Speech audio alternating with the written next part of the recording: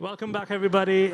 We have two more presentations to go, and we now have Jenny Cox from ZDF Digital, who's a 3D generalist, and back again, Chan Erduman, who had presented yesterday afternoon, sometime yesterday, and he's back again. They're going to present together about the new documentary that they worked on, and which has released in US, is going to release in Europe later this year. They're going to take us through the process of how things were used and how they created the documentary. I'll let you both take ahead. Yeah, thank you so much for the introduction. So let's get started with a quick overview of what we are talking about. So we will just discuss the freelancer network I have and myself and the people I work with along with Jenny.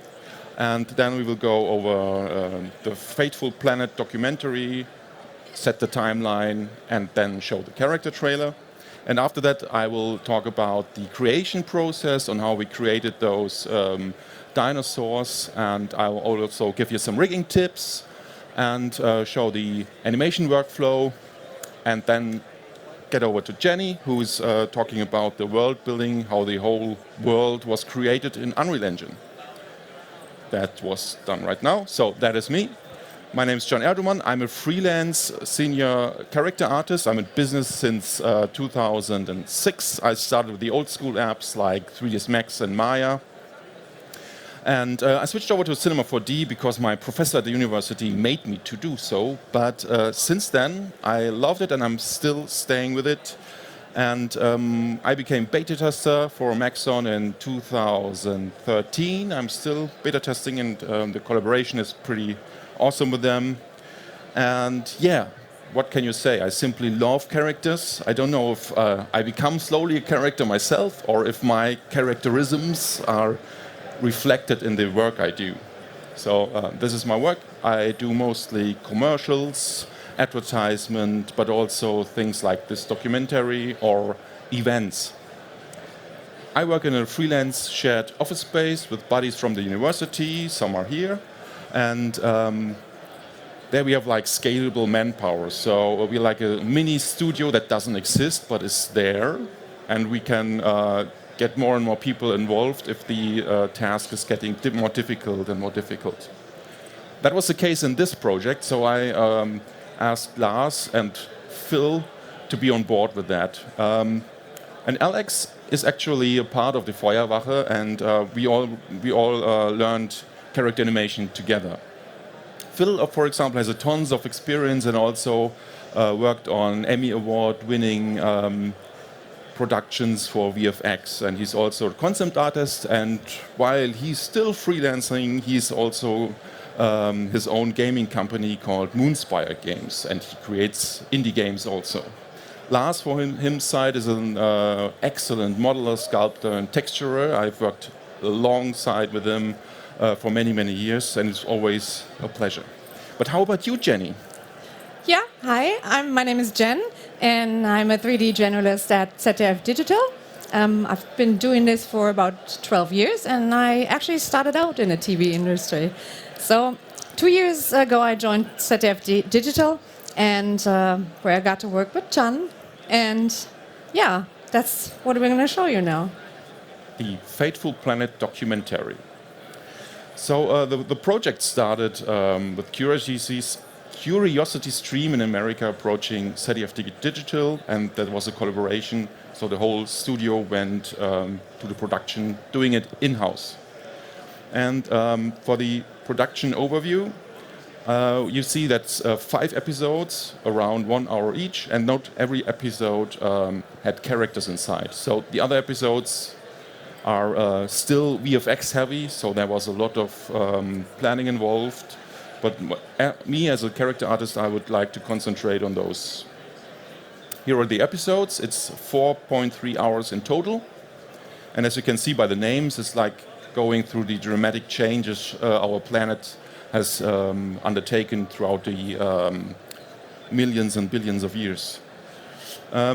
What's really extra special about this project is that we have this long playtime, and we had a really tiny crew. So those are the people that actually sit on the PCs doing the post-process work, like 3D and There, of course, are more people involved in this that are holding the camera. Outside there are editors, etc., etc. So those are the people that actually did the 3D animations, plus the director and production managers.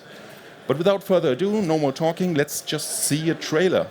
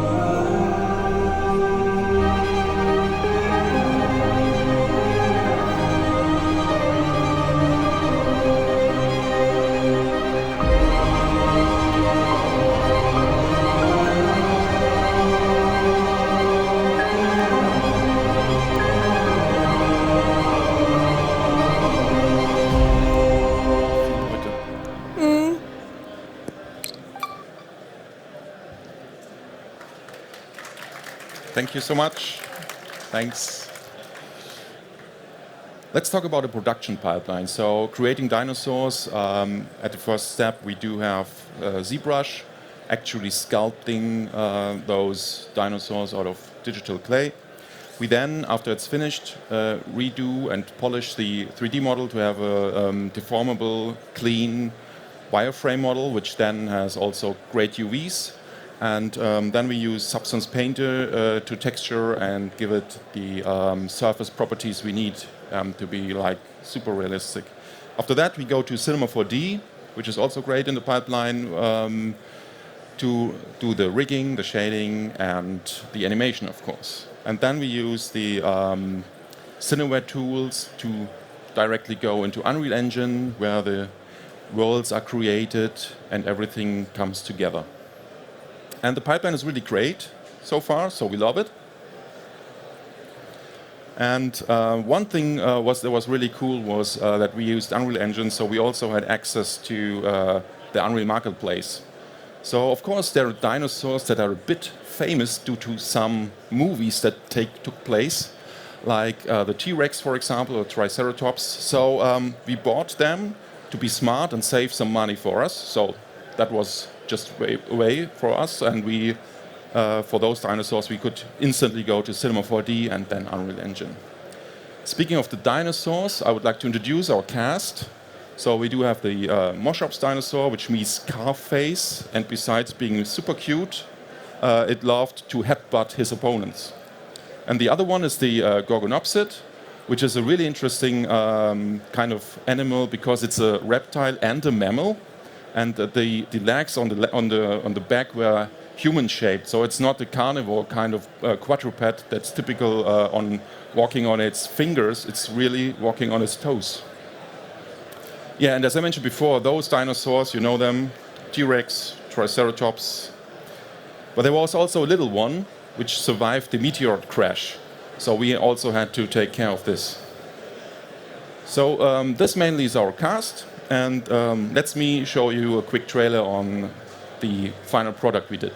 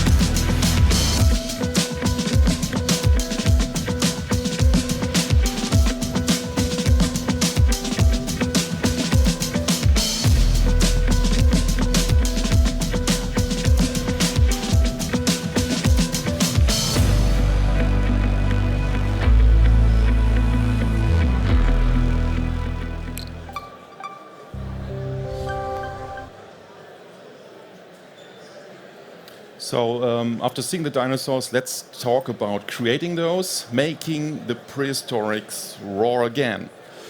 So as I mentioned before, the T-Rex was already there, so nothing to tackle here. Let's talk about the Gorgonopsid and the Moschops first. This here is rendered in Redshift with a beautiful random walk, subsurface scattering. And we had the story about the predator and his prey, so that was also really interesting here.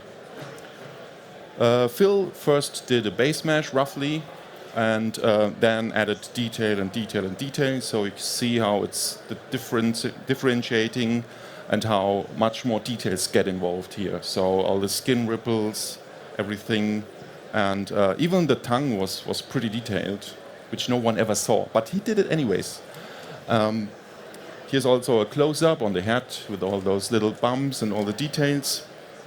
And for the Moschops, it was nearly the same. So we also had the low poly one, the high poly one, and here's some details where you see the intricate folds and everything around that. Also the back with showing the folds at the legs and the armor on the back side. And as a non-carnival species, it had really different teeth also, which was super interesting for me. And it kind of reminded me of a dolphin, so I put it in that shape. After finishing the high detail, we needed to get the proper edge flow and have good loops to just get our high details in there. So we also had a good UV layout. We first wanted to do UDIMs, but decided to not to do it first and go with this one. Same also for the Moschops. And since we had the super high poly models, Phil already used polypaint to paint the diffuse information directly on the points. Here's a close-up again. And with that, we went to Substance Painter. So I had a quick setup in Cinema 4D, creating all the materials. So Substance Painter knows where to put what in the UV layout. So it's more organized, more cleaned. And then we baked down all the details. So we do have ambient occlusion maps, the normal maps, and the curvature, which is super interesting for all the folds and the skin details. After that, Phil started to use the paint and added multiple layers for dirt, mud, etc., etc. So this changes not only the color, but also the surface properties. So here you see it's very glossy and it's quickly getting more and more rough. And you see later on the legs, for example, how the mud is in there and everything gets a bit gritty and dirty. And oh, I wanted to show you this also. Let me quickly jump here. Oh, it doesn't want to. Hey.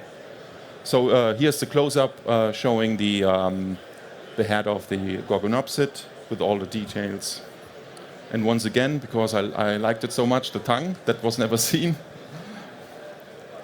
And basically it's the same for the Moschops, so we did the whole process again. So with the dinosaurs being there already, but Cinema doesn't know what's an arm or a leg, so we started rigging, and that was my major part. So I created the skeleton, and in the viewport I needed to add the controllers to control the skeleton, right? So that was a major thing here.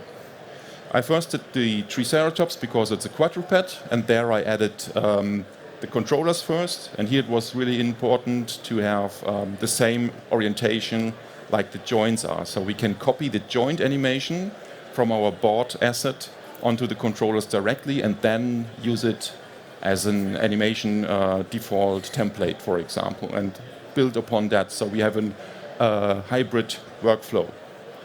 So the first thing I did with the controllers is simply constrain them. It's a forward kinematics. It's, as I mentioned, straightforward. You just add the spine for each joint. You have one controller, and you can do the curvature and everything there. A bit more complicated was the IK and the foot roll, for example. So here I added the IK tag, added a goal, which is the yellow arrow, and then I could just move the foot around. The problem is when it's moving, the dinosaur is moving, it's rolling off the foot, and that with a multi toe setup is really difficult. So I used all the great tools that Cinema 4D has for characters, like the IK, Spine IK, and for example, what's super important is the up constraint and aim constraint, and that creates a triangle where you have a normal, and you have like a flip-safe way of constraining things together. That way, the toe tips of the joints in red here always try to aim towards the the green ones that can then be rotated to rotate the whole foot around. So there I created multiple different null objects, one for rolling the foot backwards, one to roll it forward, and also having like double the joints here, so it can do a clear and clean rotation. After that, I used user data with a simple slider, and I calculated the sliding process, or the slider, to be degrees, and then just rotate the null objects on the right. And then that resulted in this kind of behavior. As you can see, I can move the goal, and the joints try to grasp the green stuff all the time. Simple as that. And as soon as I touch the slider, you see how they rotate and lift the entire joint structure. This here even more visible on the back rolling. Let's watch that with geometry applied. And then you see it directly how it's happening. And at the last point, it lifts the foot, and there the contact is going backwards also. And the fun thing about everything with quadrupeds is when you have one quadruped, you can just adjust the joints, you get another one or a third one. So I was able to rig all three characters with just one rig. And it was pretty amazing. More amazing was if you see it side by side. So you have two different animals with two different proportions, and they just behave the same way. Also, the foot roll was really good on the Gorgonopsid on the right side, because it was much thinner and human-like. So it looks kind of creepy directly. A totally different thing was the T-Rex, because it has bird-like topology of the skeletons. So as you can see in green, the toe tips of the human are just there, and the T-Rex is running on the toe tips. And the backwards bended leg isn't the leg, it's just the ankle. And I did some tests, like with the Triceratops, and I run into problems every time. It looked a bit different, it's really crazy. Also, I noticed after speaking to a scientist that once the T-Rex runs forward, it needs its claws. You can see it on the right, to push it out of the mud. So it's like a cat scratching while running. Yeah, if there would be a specialist for dinosaurs in a Cinema 4D community, that would be awesome. Yeah. Günther Nikodem came to the rescue, so he grabbed my hand and said, "Yeah, you need to do it that way. I'm showing you, blah blah blah blah blah blah." And he rigged many dinosaurs yet, and he's also a great VFX artist and new compositor, and helped me out with this one. So it's a huge shout out to him. He mentioned that we have to do this. What I did on the Triceratops, to go upwards until here to the ankle again, and then have different null objects that kind of rotate the way. So it's the same as the Triceratops, but the goal is moving in space. So that's the thing. And I said, okay, I don't get it, but I don't care. I won't learn it, but it's good. Thank you so much. And you see it here in particular. That looks good somehow, but as soon as you rotate, it kind of falls apart totally. That was what I was missing there. And at one point, he added this other slider. So you see that scratching kind of thing, where it moves like a cat tossing itself away. And then you always have the second slider to pull weight on the ankle. And that way it came alive suddenly. So you can see on this side here, how it puts weight on the ankle, and it makes it really heavy and not so 3D, more like a puppet or something. So it's really coming alive and looking fluid. So that's also a testament on how good the character tools are in Cinema 4D. And along with the Unreal Engine marketplace asset, there were animations. So we have lots of animations, and my favorite one was not the falling down T-Rex, but the T-Rex going to sleep. I never knew how beautiful it looks, and I didn't know that T-Rex sleep at all. So with the controllers being in place and in the right correctional axis, I had an easy job of just taking the animation here from the left side to the right side via constraint. So I could constrain everything together. So having this axis correctly in the first setup was golden for us. And while I finished the rig, I can show you the process on how the animation took place. So this is the animation from the Epic Market Store. And if you take a look at the feet, you see it's like really strange looking. Here I did the IK work, so every foot is not a loop, but it's in space. And here you see how it looks really strange because the ankle is stretched over. So that was where Günther's controller came in place. And here with a little bit more acting and stuff I did by hand, I had this hybrid approach to the animation. And it looks great and heavy, and suddenly started to run.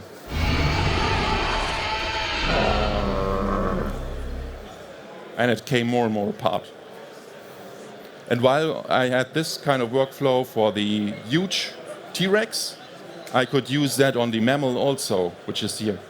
And which is totally different from the behavior, also totally different character rig, but it was the same. So every foot plant here is converted to a hand animation style world space foot plant.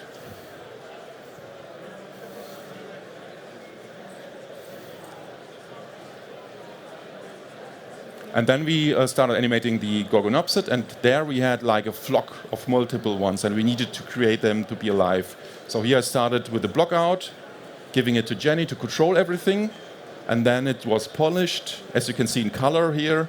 That's the final animation, and we had a small catalog of stuff that she could mix and remix and use in multiple ways. So it was more like a game approach, a modular game approach towards animation than a cineastic one. That's what I wanted to say. And here are the walk cycles. That was also interesting because we got reference from a scientist that actually got on his knees and tried to walk like this. Because in the, I think the shoulder or the foot has specific characteristics that were found. So the animal actually seemed to walk like this. And here again is a beautiful render using Redshift.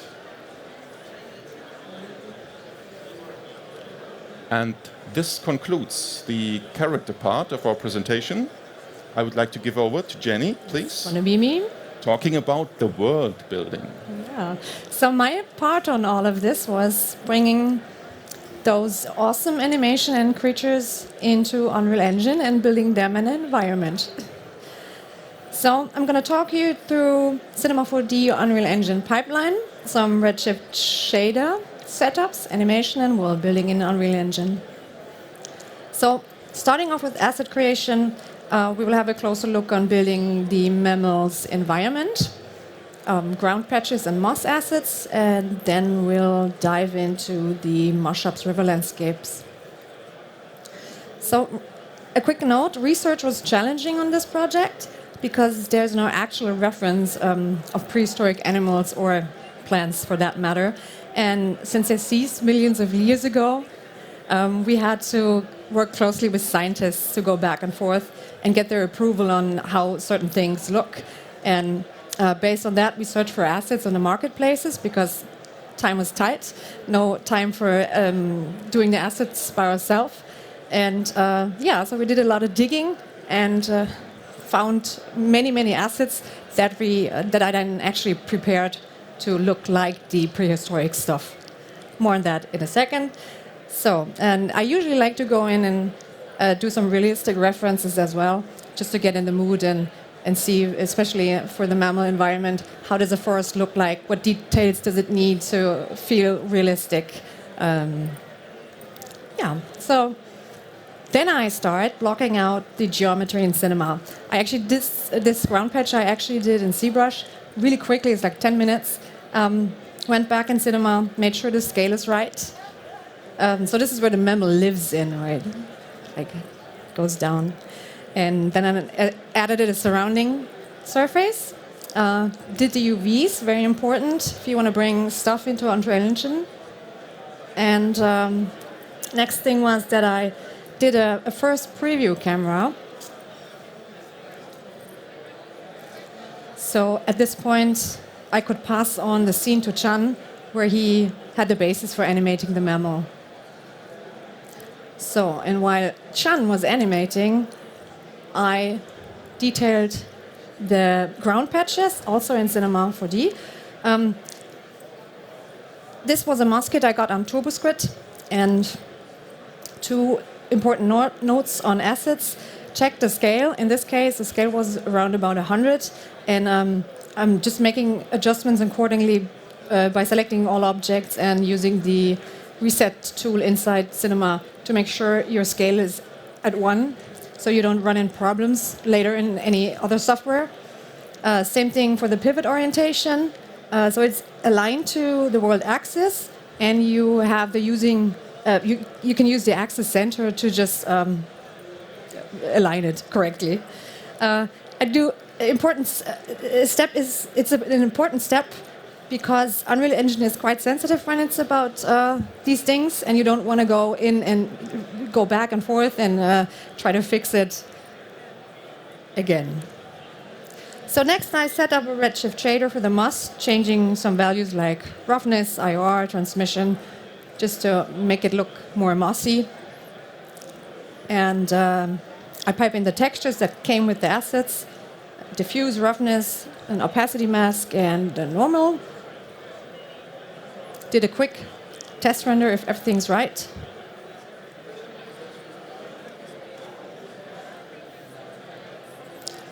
Yeah. The next step is gathering the moss on the ground patch. So I take my patch and I generate a vertex map. It's simply a box field with a shader field inside that drives the noise. I create a cloner with the patch as an object, and the moss distribution is driven by the vertex map. No magic. But I do this on a bunch of objects. I took rocks and logs and stuff like that and just build up kind of like a library that I can then use in Unreal Engine, but more on that in a second. So for the shaders, I really love using substance files. This is quick. You can test different shaders, different textures, what feels good, what looks good, and you simply download the SBS AR files, throw them into the material view. That's it. You get a bunch of settings that you can adjust your shader and your textures. And when you're at a point where you like it, you're happy, then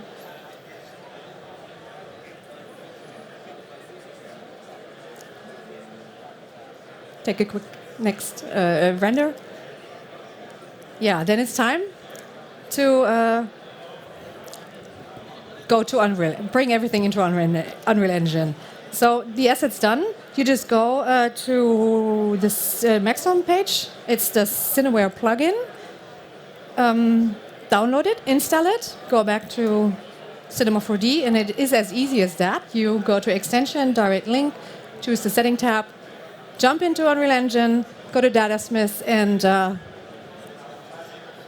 you get all the settings. You get your file directly showed.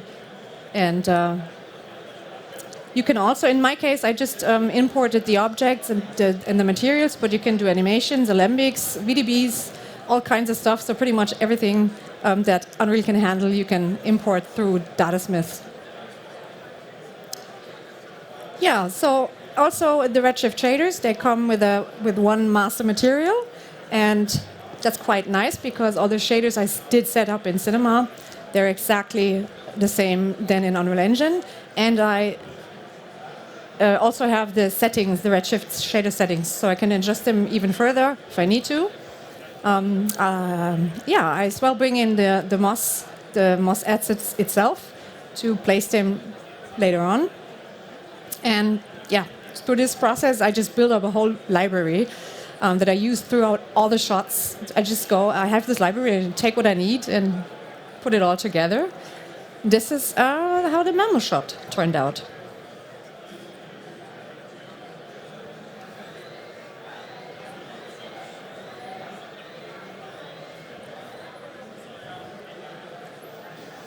Yeah, next, more shops.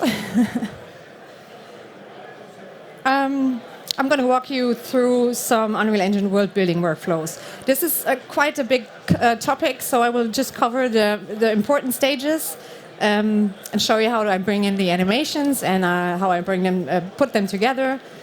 Once again, research, important. Get familiar with the geological time periods and the vegetation. And I start with the skin shader that I actually did set up in Redshift. And again, using Cineware, just importing it into Unreal Engine. So I have all the settings, and I can go in all the time when needed and change what needs to be changed. So here we have. Here we have John's animations. Let me just a second. Okay. Sorry. Oh. This one? No, it's working. Yeah. So here are my animations. And that was the modular approach I spoke about. So everything is there. So you have kind of different kind of idle animations that I then put together in the shots, but more on this in a second.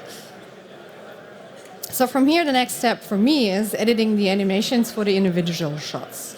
To create a forward walking motion, I combined the walk cycle in the sequencer. I'm going to explain the sequencer in a second, but to avoid the foot sliding, you just can't animate forward.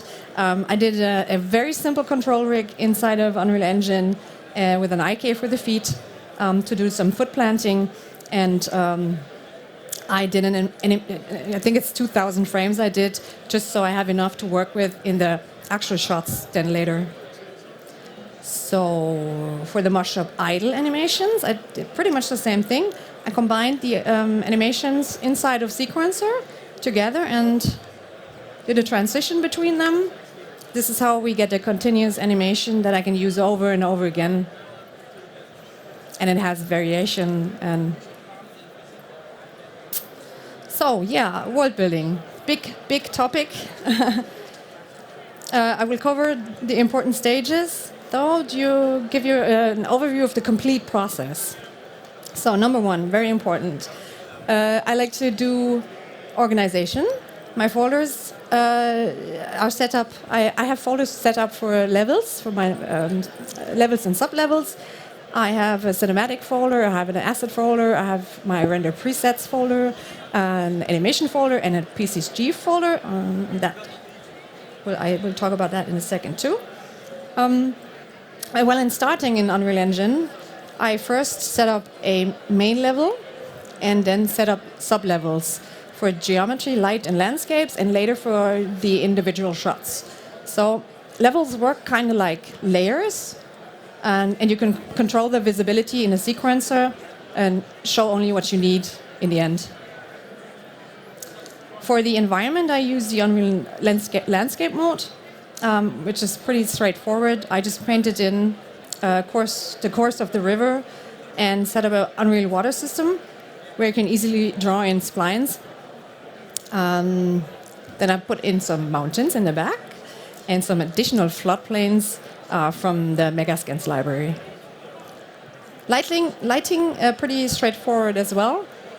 I have a directional light and sky atmosphere to achieve this moody kind of look. I did use an HDR backdrop and an exponential height fog, and a post-process volume, which I will talk about in a second as well, that lets me control the exposure. So for each take, I create, I do an individual level sequence. So you can see on the first content browser that I name them because they get quite a lot. They get quite a lot. I have sometimes like 20 to 30 shots. Name them so you don't get confused. And yeah, so the sequencer is that's the one in the middle. This is where the magic happens. It's a multi-track editor in Unreal Engine, which allows you to control pretty much anything that Unreal Engine offers. So you can do your animations inside of the sequence, so you can, well, everything. So, and you get to see the results in real time. I place my camera and do a rough preview to get an idea of the timing for the takes and adjusting the animations. And this is how an actual shot then looks like. I control the level visibility on the top. I animate my camera in the middle, and I put in our Moshi and his animation that I did previously. So now it's just a matter of extending the details, like props, whatever you need. I used all my assets I did in Cinema, and of course the Megascans library as far as I could use it. Do some detailing on the environment, especially on the camera. So one last thing is PCGs. This is a big topic as well, so just trying to cover the basics. PCG is the procedural content creation tool inside of Unreal Engine, and it allows me to distribute assets of any kind. And in this case, I used Spline PCG that scatters trees. So you just paint the spline and the trees show up. That's how it works, basically. And I used him mostly for the background. I did another one with mid-shrubs that I placed on the surface, so it's a bit more alive. And another one for close camera shots where I have the ground patches I did in Cinema and some debris, just to give the whole scene, if you're really close, give the whole scene more detail. Yeah. Okay, some quick notes. Do you have still time? 5 minutes. Quick notes on finalizing shots in Unreal Engine. Another big topic. So again, I'm going to just walk you through really quickly. The post-process volume is an Unreal Engine feature that allows you to apply visual effects and adjustments like color grading, bloom, depth of field, to entire shots or specific areas, and enhances the overall quality of the shot. So my method was the lumen lighting from Unreal Engine. That is the real-time global illumination and reflection system inside of Unreal Engine. Again, big topic. For a bit more atmosphere, I got Easy Fog from William Forshey. I hope I pronounced it right, which allows you to easily place fog in your scene, which gives it a lot more depth and a feeling in this prehistorical world. Yeah, finally, I set it up all in Sequencer. I set up all the sequences. I set up, sorry. This is a sequencer. In the movie render queue, this is your render setup. You can save them as presets as well. There I create passes like depth of field and the C depth pass. Sorry, and when I'm ready to go, I render, and it actually really doesn't take long. So I'm gonna hurry through. Did a little post-production. We use Red Giant. We like using Red Giant. In this particular case, we used flares and looks and added some depth of field and dust. This is how it looked in the end.